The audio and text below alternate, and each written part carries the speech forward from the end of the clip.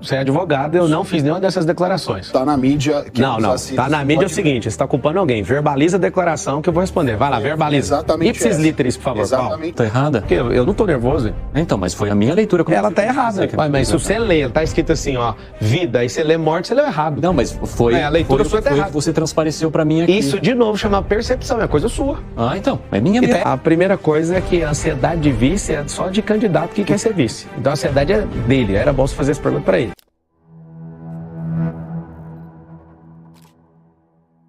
Vai lá. Pablo, eu vou pegar 3 frases que você usou aqui durante o nosso bate-papo. Você disse há pouco que é o storytelling que move o mundo. É claro. Você, na resposta anterior, disse que os 400ões de São Paulo deveriam ter medo de você, porque você vai ensinar quem está nas classes sociais mais baixas a melhorar.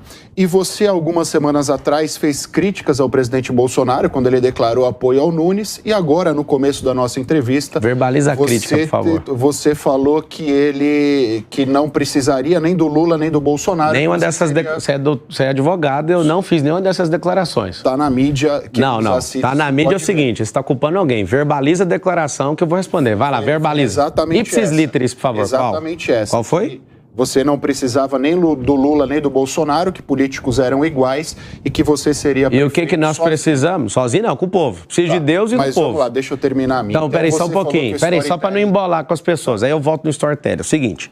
Primeira coisa, essa fala que você está trazendo foi quando eu fui candidato a presidente da República e eu resolvi isso com o Bolsonaro. Você disse recentemente. Não, Quando o Bolsonaro declarou apoio ao Nunes. Não. Você está confundindo e acompanhando o tweet de 2022. Não, isso aí eu não falei. Estou acompanhando o Twitter, eu vi nas suas redes, inclusive. Não, você não viu porque eu não escrevi isso. É por isso que eu pedi para você verbalizar para saber de onde você tirou.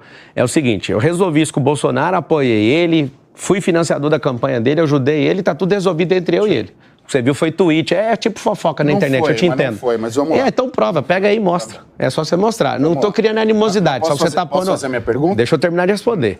Você acabou de verbalizar que eu falei isso agora. Você tá intempestivo, doutor. Tá. Para quem tá assistindo, intempestividade, no mundo jurídico, eu também sou jurista, posso ajudar você que tá assistindo, é quando alguém fala uma coisa que tá fora do tempo. Isso aconteceu em 2022. Resolvi isso com o Bolsonaro e não disse nada disso. Sobre ganhar uma eleição, quem ganha sempre é o povo e não é o candidato. Então vamos lá, vamos terminar a primeira resposta, a gente volta no storytelling, você complementa a pergunta. O que nós precisamos entender é muito simples. Quem ganha é o povo. 63% das pessoas declaram aqui na cidade de São Paulo que não vão seguir orientação de padrinho político. Se essa pesquisa estiver certa, eu estou certo. É o seguinte, o Bolsonaro, ele não tem essa paixão e nem o movimento bolsonarista tem essa paixão com o Nunes. Isso é amarração eleitoral municipal, que é a mais perigosa de todas. Gente que é de direita apoia PT em alguns lugares no Nordeste por conta de conveniência e a gente entende. Agora, de quem que eu preciso? Eu preciso do povo. Muito simples. A Kramer acabou de falar, você tinha uma expectativa. Não, é ela que tinha expectativa e ela que fez essa pergunta. Eu não tinha essa expectativa. Não falei isso pro Bolsonaro e não falei isso para ninguém. Fui lá, peguei alguns conselhos dele, 3 conselhos, ele me deu 3, eu já executei 1 e estou terminando de executar o 2. E se der certo eu executar o 3º, a gente vai vencer a eleição. Então assim, meu irmão, cuidado com essa verbalização, porque ela foi intempestiva. Ela aconteceu, meia verdade o nome disso aí.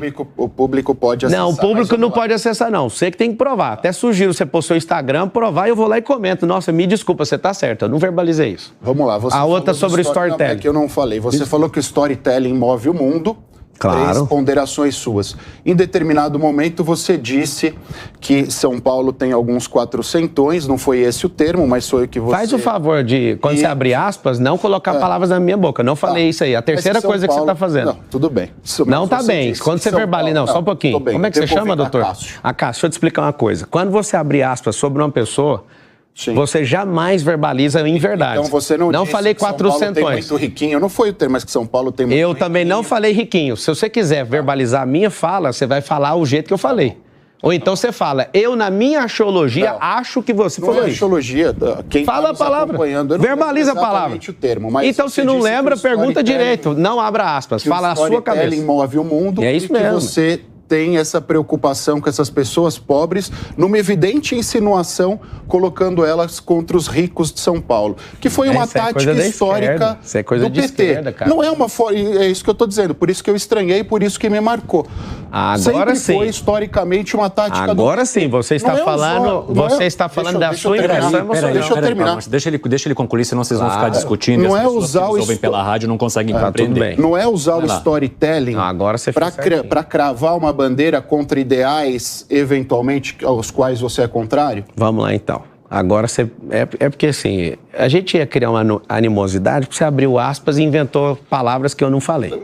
E rapidamente, eu acho que você está mencionando a entrevista que ele deu no dia 6 de junho para o UOL, porque lá na entrevista... Eu não falei essas palavras, quatrocentões, ele está inventando. Não, estou falando de agora. Não, os quatrocentões você mencionou agora. Vamos lá, então. Nessa entrevista você mencionou o seguinte: não fui buscar apoio do Bolsonaro, não pedi nada a ele. Mesmo, eu falei isso aqui hoje. Conheço o capitão e ele não gosta que as pessoas lhe peçam nada. Ele é um cara que tem repulsa a isso.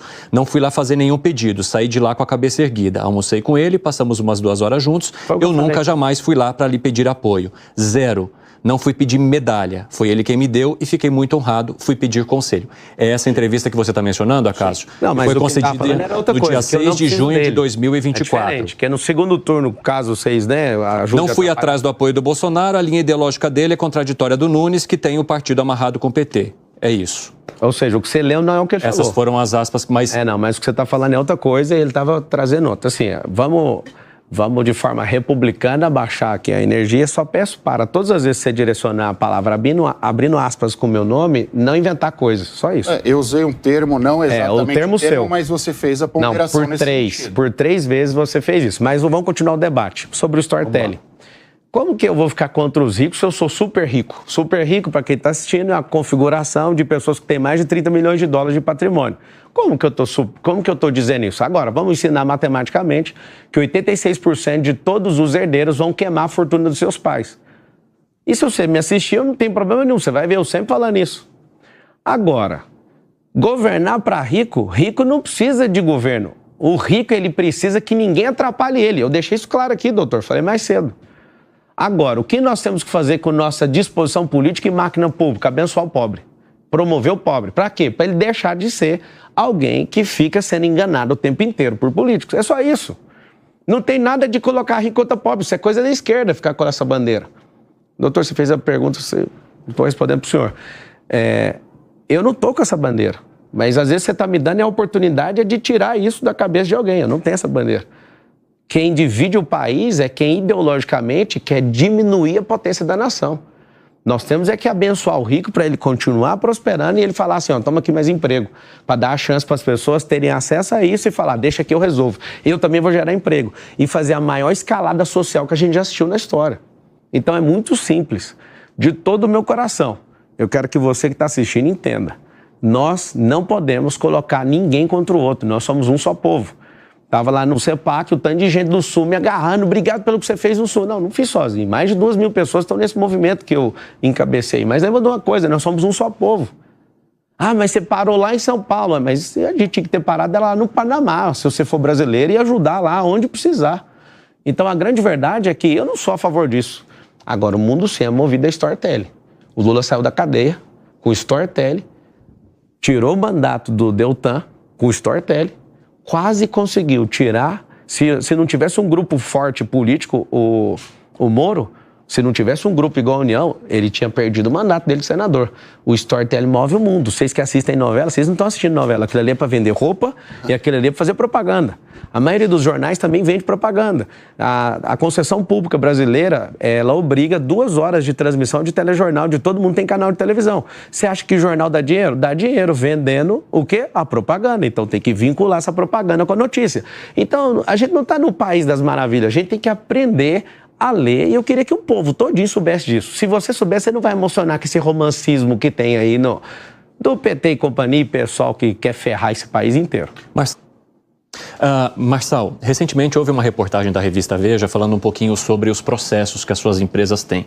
São várias empresas que renderam dezenas de processos, se não me engano, cerca de 100 processos. Alguns estão sob sigilo, outros dão conta de processos trabalhistas e etc. Como é que você recebe ou avalia a quantidade de processos que você tem hoje? 98% dos processos, principalmente trabalhistas, no mundo inteiro, está num país chamado Brasil.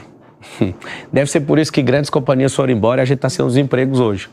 Agora, se você Mas você diz que eles não têm razão de existir? Não, eu quero saber por que tem 197 países, 7 bilhões de pessoas e, numericamente, por que 98% dos processos estão no nosso país. Tem alguma coisa errada aqui. Fazem de tudo para as empresas não estarem aqui. Quem vai perder é o povo. Mas tudo bem. A maior parte dos meus processos são consumidor. Eu tenho publicado 61 livros. Às vezes o livro não chega, tem um extravio, a pessoa vai lá e processa, eu vou lá e indenizo, entrego mais do que ela pediu.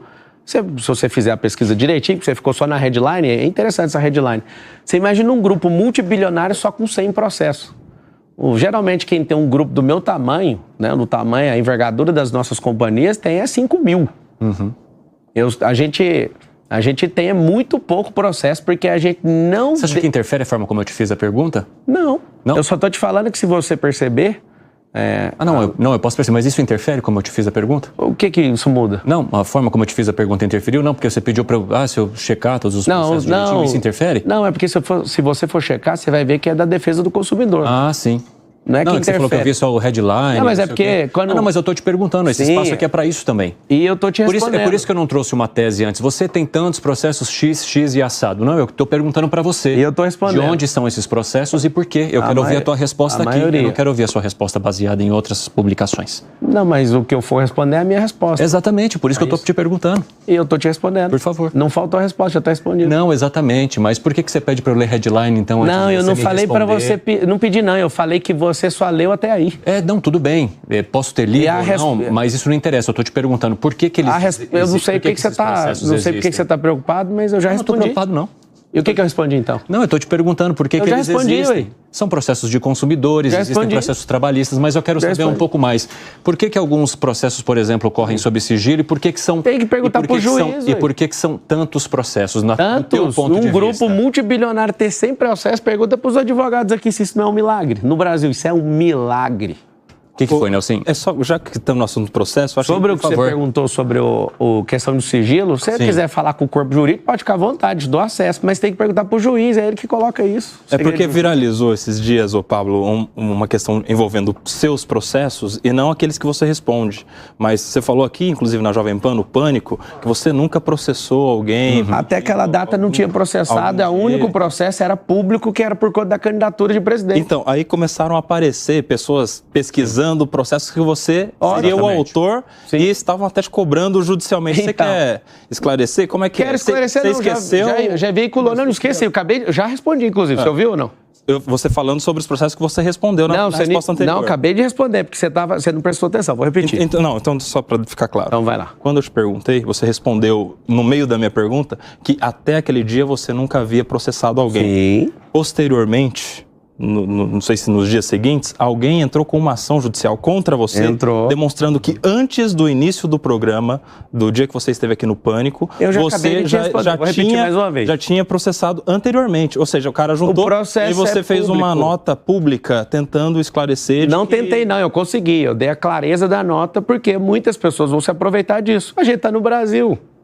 Simples. Os processos que aconteceram até aquela data são de natureza pública, ou seja, era para poder ir no debate da Band, era contra a Rede Globo de televisão, porque me tirou de uma sabatina. Não processei ninguém, é um processo público, é em favor do povo, até aquela data.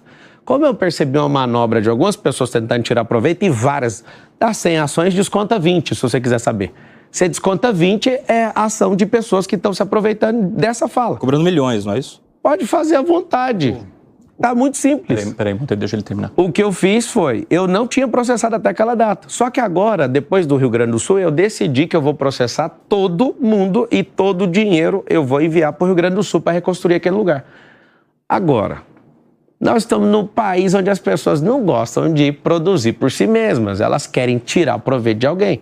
Então, realmente teve, e as ações todas estão caindo, porque as pessoas bonitinhas, elas têm um dinheiro, vai lá e ainda mente no judiciário, e eu estou caçando todas, ela vai lá e pede assistência gratuita do judiciário para cobrar uma aposta, que eu nem fiz com elas. Eu fiz um desafio e a pesquisa, de novo, está muito nítida. Todos os processos até aquela data era sobre questões públicas, minha candidatura, que inclusive o CNPJ é da campanha eleitoral. Não é meu. Eu realmente, até aquela data, não tinha feito movido nenhum processo contra ninguém. Zero. Inclusive, até com a sua pré-candidatura, veio à tona o caso em que seu nome aparece lá em 2005, em Goiânia, envolvimento que eles falam ali de formação de quadrilha, furto qualificado. Zero possibilidade de ter mexido com isso. E aí, qual é a explicação que o senhor dá? Porque mais de uma vez essa questão ela aparece nos momentos em que o senhor protagoniza algo. Muito simples. O que aconteceu lá em 2005, Muito simples. Pablo Marçal? É simples. Eu trabalhei para um cara arrumando computador para ele. Eu não tinha nenhum recurso. Esse cara me pagava, sei lá, R$400 e um dia eu respondo um processo criminal por causa disso. Não tenho nenhum conhecimento de quadrilha nem de ninguém. Não tinha dinheiro para pagar advogado. Eu vim realmente da família pobre que não tinha condição. Esse processo correu à revelia, se você for investigar direitinho. É isso que eu peço, assim. Não é contra você. A gente gosta... A gente não, né? A mídia gosta de pegar uma... Ele acabou se esfarelando depois, o senhor... Só para você ter uma ideia, nem advogado constituído tinha. Sim. Foi a revelia, do tanto que eu não tinha nem uma ligação com aquilo e nem tinha dinheiro para pagar. Então, assim, eu nunca toquei em nada dos outros. Zero. Meu pai me ensinou a ser homem. E se alguém provar que eu toquei, eu vou devolver. Cadê alguém falando disso? Então, esse processo realmente aconteceu. Sim. Eu fui processado por 13 anos. Isso foi muito dolorido para mim. Eu odeio injustiça. Esse negócio mexeu tanto comigo, assim, que se eu ver uma pessoa praticando injustiça, eu vou para cima. Então, realmente aconteceu. Eu trabalhei, fui inocente em trabalhar para uma pessoa que eu não sabia o que ela fazia. Simples. Monteiro, você tem alguma questão? Não, eu queria esclarecer esse ponto também, porque assim, Marçal, tem um ponto interessante que é o seguinte. Você é um empresário bem-sucedido, você falou aqui várias vezes das suas empresas, o que você já ganhou, e entrou na política. Então é normal que daqui para frente vão fazer o escrutínio na sua vida. Põe para fuder. Vão abrir a sua vida, vão começar a buscar processo aonde tem, aonde não tem. Eu queria saber de você o seguinte, existe algo que ainda não surgiu e deve surgir? Existe alguma coisa que você quer mostrar para as pessoas aqui agora, nesse momento aqui? Cara, eu já medi exatamente a fundura do lugar que eu tô entrando. Eu tô me cercando de gente que tem fogo também. Não tem como você sair ileso da política. É igual você entrar no Tietê. Infelizmente, não é um negócio de dignidade, não é um negócio que você chega e fala, eu vou e nada vai acontecer. Eu tô preparado para eles quebrarem algumas empresas minhas. Esse povo realmente está me cercando de todos os lados. É muito ruim, por exemplo, o governo pegar o COAF, pegar o CARF e começar a fazer uma desossa na sua vida. É muito ruim eu não pegar nenhum real de dinheiro público e ir lá fazer doações do meu próprio dinheiro e um dia acordar, né, para a campanha eleitoral de 2022. Não pedir dinheiro para ninguém, cara. Não peguei um real de dinheiro público. Você está falando sobre a investigação da Polícia Federal lá da campanha, da doação de campanha. É porque as pessoas vão ver alguém que é correto no que faz e vão... Isso é uma técnica chamada phishing. A minha esposa, lá no banheiro de casa, quando a Federal estava lá, ela falou, agora você vai largar com esse negócio de política, né? Porque não tem lógica a gente estar vivendo isso aqui. Você não precisa disso. Aí eu virei para ela e falei, agora é que eu tô afim. Porque isso aqui é uma tentativa de parar aquilo que a gente está fazendo. Mas ele está falando de Phishing Expedition? Phishing Expedition. O que está acontecendo? Eu fui ajudar o Bolsonaro, e aí que está o grande detalhe. Não tem mágoa nenhuma. Fui ajudar ele, entrei numa lista de 70 pessoas do governo. Essa lista é arrebente com todo mundo. Eu estou nessa lista. E eles mandaram lá para ver, não acharam nada. Os policiais, mas cadê os documentos? Pelo amor de Deus, nós estamos na era digital. Cata os computadores e vão ver. Não acharam nada. E não vão achar nada, porque a única coisa que tem na operação é eu doei o dinheiro para minha campanha e ao invés de pegar um táxi aéreo... Para a tua? Sim, para mim, meu dinheiro, meu. Todo dia um repórter pergunta, quem está pagando o combustível do seu helicóptero? Ele é movido a energia solar, caralho. Não pode. Então esse povo fica o dia inteiro. É uma sede por dinheiro público, você não pode pôr seu dinheiro. Aí o que aconteceu? Ao invés de eu pagar 30 mil reais a hora de um helicóptero, eu já tenho minhas aeronaves. Eu fui lá e paguei a minha, fiz certinho, conforme a lei. Eu sou jurista, não sou bobo. Só que aí vamos fazer o seguinte, a opinião pública importa. Então vamos soltar isso aqui. Cara, quando você for perceber, eu sou uma das pessoas mais injustiçadas, mas eu não peço ajuda pra ninguém. Para ser político no Brasil, você tem que tomar Gardenal ou fazer o método IP, que é um treinamento de inteligência emocional que vai acontecer dia 23 e 24 de julho, que você pode aguentar a pressão. Até o curso ele está vendendo aqui. Marçal... Como é que você faz para fazer política sem usar o dinheiro público? Mas, Marçal, você se importa de ser tão questionado assim? Cara, não. Porque em alguns momentos eu vejo que você nervoso, aparenta nervosismo, aflição por ser questionado. Mas isso é uma leitura sua. Eu acabei de fazer, sim, acabei de fazer. Você pode dizer que está errado ou não. Foi uma leitura que a gente fez aqui agora. Mas eu quero saber de você se ao assumir ou ter a possibilidade de assumir um cargo público que vai te fazer ser muito questionado o tempo todo, destroçado o tempo todo, se isso te parece ruim, se isso te incomoda. Posso aproveitar? Pode. Posso aproveitar a deixa dele aí? Até porque nós temos em São Paulo um Tribunal de Contas do município e os últimos 4 prefeitos entraram de alguma forma em conflito com o tribunal, eventuais ações do tribunal que eles discordavam. Então os prefeitos de São Paulo historicamente estão sujeitos a uma cobrança maior que outros prefeitos de cidades menores, né? Só para complementar o que ele ponderou. Então tem as questões judiciais e eu também te faço a pergunta sobre a questão de ser questionado por jornalista, pela imprensa, em sabatinas, em debates. De que maneira que você pretende enfrentar isso? Com paciência. Paciência é uma coisa, é uma virtude, né? Então, se a pessoa, por exemplo, abrir aspas e falar que eu falei, você vai ver isso aqui o tempo inteiro. Aí, isso é um processo de education também. Você vai fazendo, a imprensa vai entender o jeito que você joga. Se quiser levar na canela, está disponível. Todo dia vai acordar e vai tomar uma. Quando você fez a leitura errada sobre eu fico nervoso, não. Isso são coisas que deixam as pessoas nervosas. Por que minha leitura está errada? Porque eu não estou nervoso. Então, mas foi a minha leitura. Ela está errada. Mas se você lê, ela está escrito assim, ó, vida, e você lê morte, você leu errado. Não, mas foi a leitura sua está errada. Foi o que você transpareceu para mim aqui. Isso, de novo, chama percepção, é coisa sua. Ah, então, é minha mesmo. E está errado aí. Então, tudo bem, mas é minha. Mas está errado. Eu tô te falando, foi a minha percepção e eu quero... E você precisa aceitar quando uma pessoa falar que você está errado. E eu quero saber como é que você pretende lidar com esses questionamentos. Do mesmo jeito que a gente está conversando aqui, vai ter diálogo. Eu não vou fazer igual esquerdista que você está jogando xadrez, parece que você está jogando com pombo, ele não dá conta de mover mais, ele bate a cauda que ele é o próprio pombo, caga no tabuleiro e vai embora. Eu vou ficar até o fim. Eu tenho paciência, eu aguento pressão, eu vou provar para vocês que eu sou preparado para suportar isso aqui. Vai ter gente que vai jogar contra o tempo inteiro. Você parece ser um cara agradabilíssimo. Imagina eu pegando um cara que tá lá na Folha de São Paulo, no UOL, que é esquerdista daqueles enviado não sei da onde, ele vai querer arrancar até o meu fêmur. Ou seja, eu vou ter paciência com ele também. Porque eu sei que a gente está contaminado. O quarto poder da República, que é a mídia, está controlando o país. Precisa ser do jeito que foi com o Bolsonaro? Eu acho que o Bolsonaro pecou no excesso ali. Tem que ter um pouco mais de paciência. Você vai ter essa paciência da minha parte e vocês também tem que ter paciência comigo. Eu estou saindo do meu campo da vida privada que eu mando na minha vida e agora eu não vou poder falar tudo. Isso para mim é das piores coisas que existe. Acho que a pior coisa de alguém que tem a vida que eu tenho é trocar minha agenda que é livre por uma agenda ocupada por 1.460 dias. Segunda preocupação é ter paciência com tanto de leitura errada, com gente abalada emocionalmente, com gente que abre aspas no seu nome e você não falou, com gente que te odeia de graça. Mordeu, hein? Mordeu não, cara, é a realidade. Foi 3 seguidas aqui, ó. Você é de Goiás, né? Isso aí lá chama morder a chumbada. Eu sou do Brasil, rapaz. Eu nasci dentro do carro, num Voyage 87. Você sabe o termo morder a chumbada? Eu sou pescador também. Então você sabe, né? Parece que você mordeu a chumbada da caça, hein? Não, então, a chumbada dele era tão fraca que na hora que eu mordi, arrebentou a linha. Foi 3 que ele mandou, eu arrebentei as 3. É uma questão de interpretação, hein? É, porque você não conseguiu Isso é uma percepção. Você então abre aí e mostra. Errado, olha lá, ele tá caçando aqui, ó. Não, deixa eu mostrar uma coisa que tá acontecendo aqui ao vivo, só um pouquinho.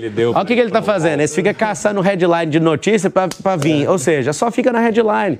Quando a gente... E é muito bom estar aqui... Você alertou da headline, né? Inclusive eu chamo a atenção e faço muito dinheiro com headline. Que bom. Isso é bom demais. Se você quiser aprender, o que acontece?